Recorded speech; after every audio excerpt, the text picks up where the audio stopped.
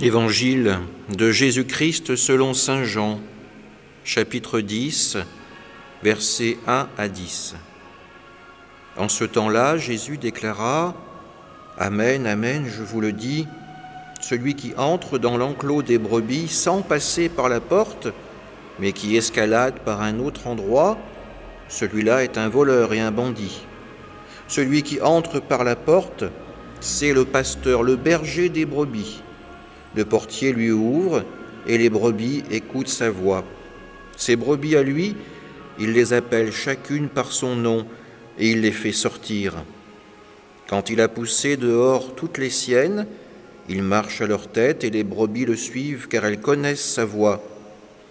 Jamais elles ne suivront un étranger, mais elles s'enfuiront loin de lui car elles ne connaissent pas la voix des étrangers. Jésus employa cette image pour s'adresser aux pharisiens, mais eux ne comprirent pas de quoi il leur parlait. C'est pourquoi Jésus reprit la parole. « Amen, Amen, je vous le dis, moi je suis la porte des brebis.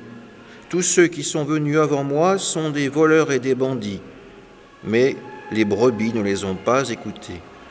Moi je suis la porte. Si quelqu'un entre en passant par moi, il sera sauvé. Il pourra entrer.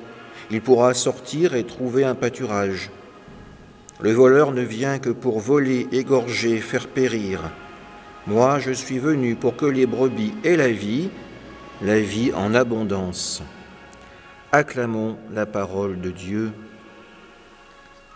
Dans cet évangile, nous voyons que Jésus met l'accent sur la proximité, la confiance, la connaissance du berger pour ses brebis. Il réaffirme qu'il est là pour accomplir la mission que le Père lui a donnée, être cette porte qui permet d'entrer dans la connaissance de Dieu, dans cette relation filiale avec lui. Pour cela, en tant que brebis, nous devons parfois accepter de faire encore plus confiance à Dieu, à son Christ, à son Fils. Faire confiance, c'est quelque chose qui devient de plus en plus compliqué dans notre monde. Et pourtant, c'est à cela que nous sommes appelés par le Christ, être confiants envers lui, mais être confiants aussi envers ceux et celles que Dieu met sur notre route. Amen.